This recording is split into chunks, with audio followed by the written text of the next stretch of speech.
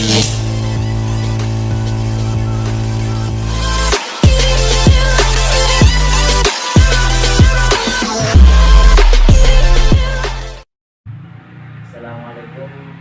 warahmatullahi wabarakatuh. Om Swastiastu, Namo Buddhaya, Namo Kebajikan. Perkenalkan, nama saya Muhammad Halili, NIM 211F11307. Pada video kali ini saya akan mengerjakan tugas UAS dari mata kuliah Anak Pendidikan Masalah Sosial, yang mana dosen penempuhnya yaitu Bunda Sugihartati, SPD MPD. Kehidupan di masyarakat sejatinya selalu mengalami perubahan sering berkembangnya zaman, seiring dengan berkembangnya zaman. Dalam proses perubahan tersebut terkadang muncul kondisi yang tidak diharapkan atau tidak seharusnya terjadi. Kondisi yang tidak diharapkan tersebut lama-kelamaan menjadi polemik atau membawa dampak buruk bagi kehidupan masyarakat. Kondisi inilah yang disebut sebagai masalah sosial. Dan apa itu pengertian masalah sosial? Masalah sosial adalah merupakan permasalahan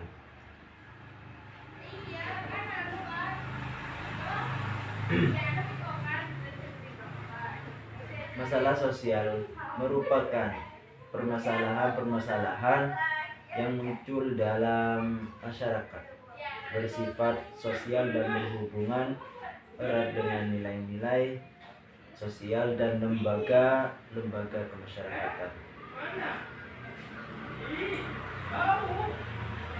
Masalah sosial ini timbul akibat perbedaan yang mencolok antara nilai dalam masyarakat dengan realitas yang ada. Sumber utama masalah sosial biasanya berupa proses sosial serta gejala-gejala sosial dalam masyarakat. Dari pengertian masalah sosial yang telah saya jelaskan tadi, bahwa banyak jenis-jenis masalah sosial yang terjadi, yaitu yang pertama, kemiskinan. Apa itu kemiskinan? Kemiskinan adalah suatu keadaan di mana terjadi ketidakmampuan untuk memenuhi kebutuhan dasar atau kebutuhan sehari-hari seperti makan, pakaian, tempat tinggal, pendidikan, dan kesehatan. Kemiskinan dianggap sebagai pangkal penyebab terjadinya masalah sosial dan ekonomi. Kemiskinan menjadi masalah sosial ketika sensitifikasi dalam masyarakat menciptakan tingkatan atau garis-garis pembatas. Kemiskinan juga sangat berpengaruh terhadap lingkungan hidup, yang artinya akan merusak lingkungan itu sendiri dan juga membuat suatu masyarakat tersebut kurangnya ilmu-ilmu baru, atau seperti sekarang adalah teknologi. Masyarakat miskin tersebut akan ketertinggalan tentang informasi-informasi, karena mereka contohnya tidak memiliki alat elektronik seperti HP, radio, karena mereka tidak mampu untuk membeli Yang kedua yaitu kriminalitas atau kekerasan.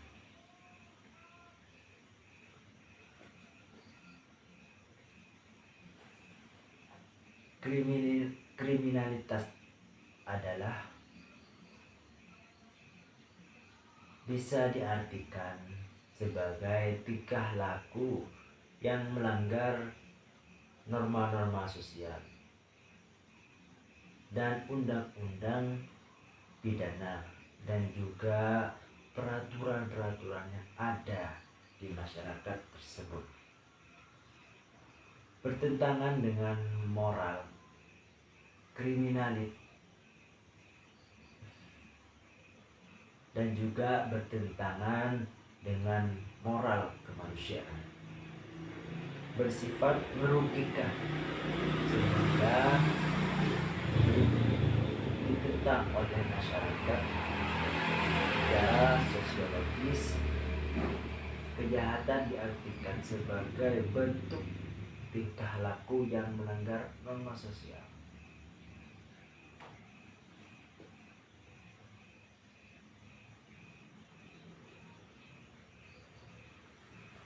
Hal ini tentu sangat merugikan kepada masyarakat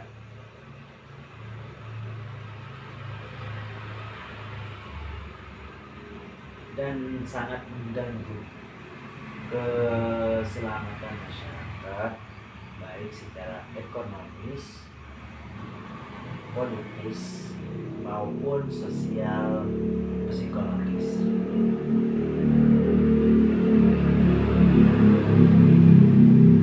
Seiring dengan berkembangnya teknologi, tingkat kejahatan pun makin meningkat dengan kualitas perbuatan yang makin berat pula. Bahkan pada masa modern seperti sekarang ini, tindak kriminalitas mungkin tidak lagi dianggap sebagai suatu bentuk kriminalitas karena sudah membudaya menjadi rahasia umum, dan juga tindakan kriminalitas ini yang sekarang malah makin banyak karena dengan mudahnya orang-orang mengetahui cara-caranya untuk berbuat kejahatan itu. Yang selanjutnya yaitu nomor 3,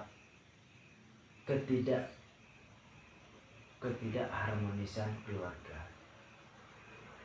Keluarga merupakan tempat sosialisasi pertama dan utama bagi seorang anak laki.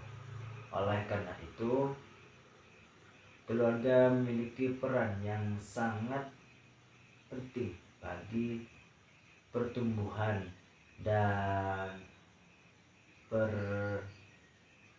pembentukan kepribadian anak. Di dalam keluarga, anak itu akan mendapatkan dasar-dasar peranan, nilai, dan norma sosial. Dalam keluarga juga seharusnya akan mendapatkan pendidikan dan pengawasan yang lebih baik. Berbagai kasus kenakalan seperti tawuran pelajar hingga pembunuhan oleh anak usia remaja dinilai satu di antaranya disebabkan oleh ketidakharmonisan keluarga. Ketidakharmonisan keluarga merupakan perpecahan keluarga karena anggota-anggotanya gagal memenuhi kewajiban-kewajiban sebagai peran sosial. Secara sosiologis, bentuk-bentuk ketidakharmonisan keluarga antara lain unit keluarga yang tidak lengkap, disorganisasi keluarga karena putusnya perkawinan, adanya kekurangan dalam keluarga tersebut, yaitu dalam hal komunikasi antara anggota-anggotanya. Krisis keluarga karena kepala keluarga tersebut bertindak di luar kemampuannya dengan meninggalkan rumah tangga. Krisis keluarga yang disebabkan faktor-faktor intern, misalnya karena terganggu keseimbangan jiwa salah seorang anggota keluarga. Yang selanjutnya itu merupakan kesenjangan sosial. Apa itu kesenjangan sosial? Kesenjangan sosial tidak seimbang sosial yang ada dalam masyarakat. Kesenjangan sosial menjadi masalah sosial karena bisa menyebabkan terjadi kecemburuan sosial. Kecemburuan sosial yang terus dipendam seiring berjalannya waktu bisa meledak menjadi konflik sosial. Nah, ini sangat membahayakan. Kesenjangan sosial ini lebih pada permasalahan sosial ekonomi. Di satu sisi ada kelompok masyarakat yang hidup dengan segala keterbatasan ekonomi. Selain berakibat munculnya konflik tersebut, kesenjangan sosial juga memberikan dampak pada keretakan relasi sosial.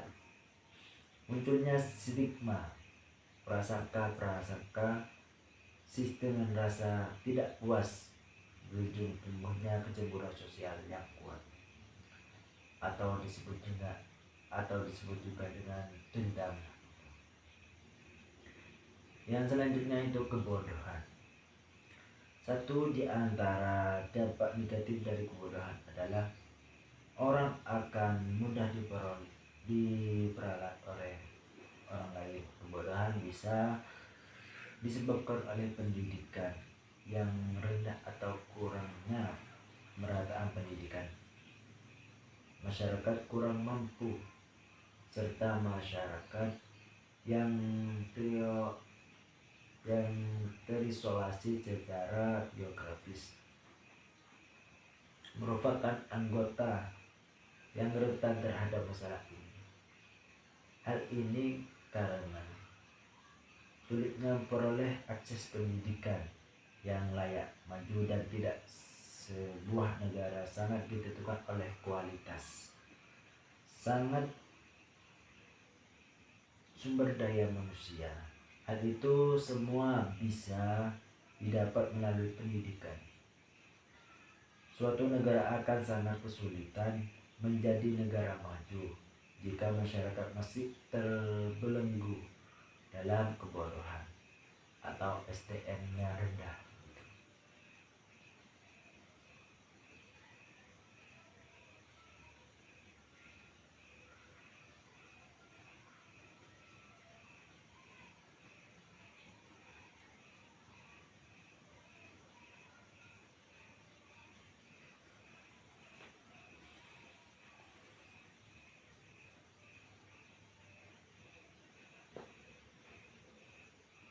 Selanjutnya yaitu pengertian anak yang mengalami masalah sosial. Mengapa anak juga mengalami masalah sosial? Yaitu anak yang mengalami masalah sosial adalah seorang anak yang mengalami ketidaksesuaian antara unsur-unsur kebudayaan atau masyarakat yang membahayakan kelompok sosial. Gangguan sosial emosional dapat dikonseptualisasikan sebagai suatu yang fokus di dalam diri anak.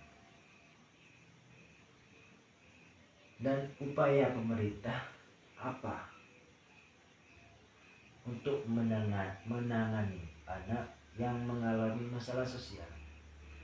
Salah satunya yaitu hak dasar seorang anak adalah mendapatkan kesempatan untuk hidup, mendapatkan kesempatan untuk tumbuh dan berkembang, mendapatkan kesempatan untuk berpartisipasi, dan mendapatkan perlindungan.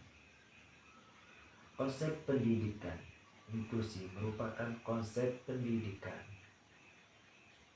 yang mempresentasikan keseluruhan aspek yang berkaitan dengan keterbukaan dalam menerima anak berkebutuhan khusus untuk peroleh hak dasar mereka sebagai warga negara. Jadinya sebagai warga negara adil dalam pendidikan. Seterusnya, mengapa anak yang bermasalah sosial harus mendapatkan perhatian yang lebih? Yaitu karena berdasarkan hasil penelitian yang telah dilakukan dapat disimpulkan bahwa sebagai besar yakni 39% anak usia 4-6 tahun banyak bermasalah pada perkembangan kognitif. Selanjutnya 37% anak berada pada kriteria banyak sekali, dan hanya ada 17% anak yang memiliki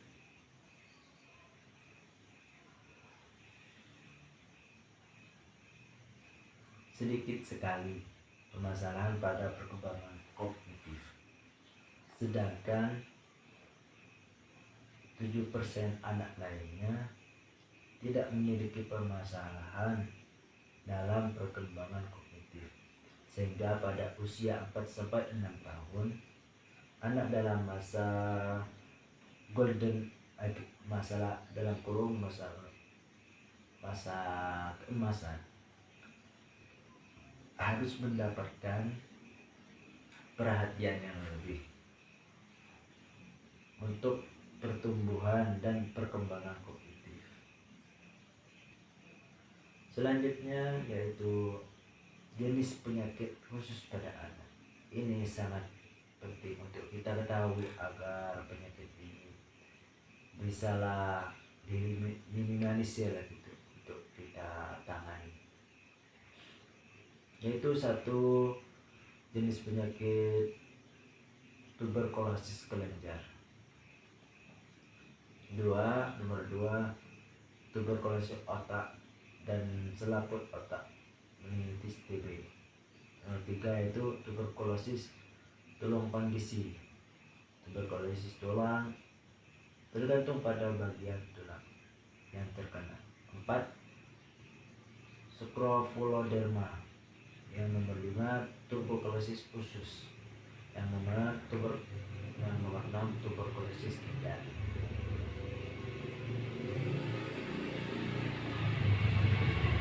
Dan mengapa? Seterusnya yaitu jelaskan faktor-faktor penyebab terjadinya gepeng, pemulung atau pemulung dan anak jalanan. Ini yang banyak terjadi pada sekarang ini. Banyak faktor, salah satunya faktor penyebab terjadinya tersebut yaitu terbagi menjadi 2. Pertama, faktor internal.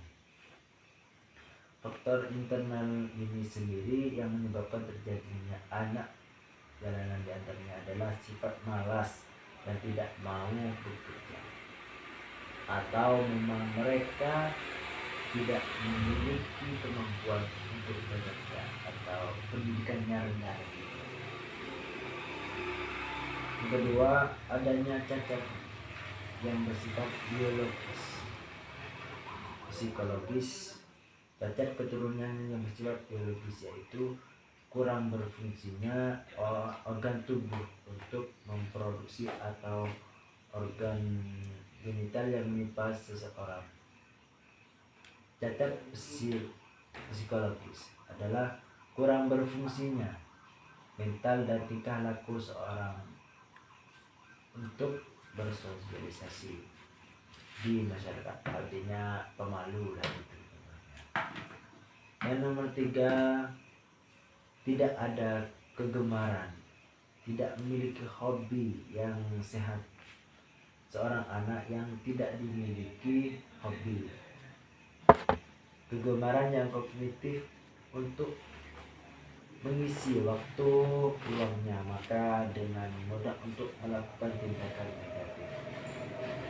4, ketidakmampuan penyesuaian diri terhadap perubahan lingkungan yang baik dan kreatif.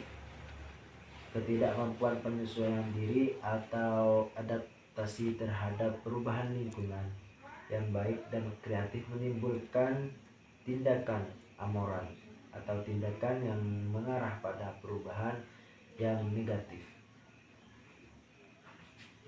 Yang nomor 5 yaitu impian kebebasan. Berbagai masalah yang dihadapi anak di dalam keluarga dapat menimbulkan pemberontakan di dalam dirinya dan berusaha mencari jalan keluar.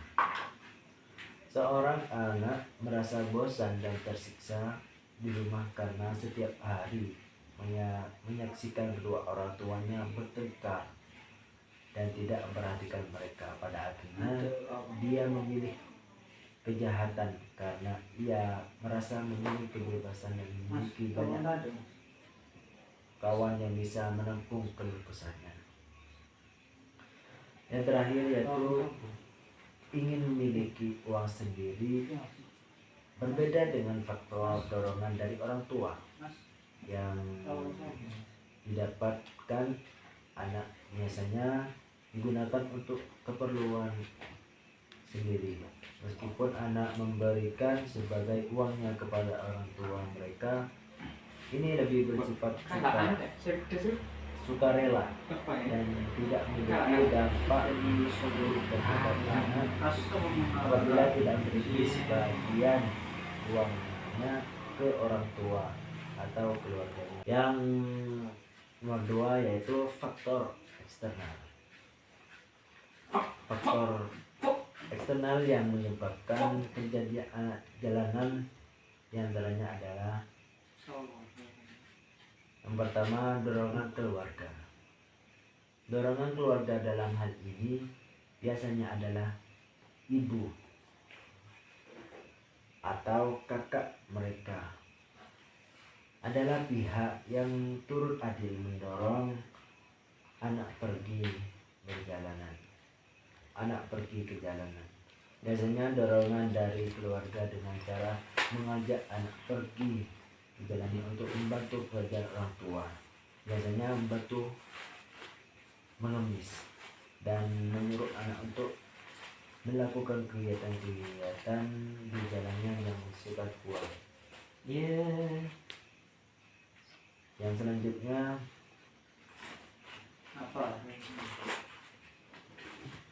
pengaruh teman.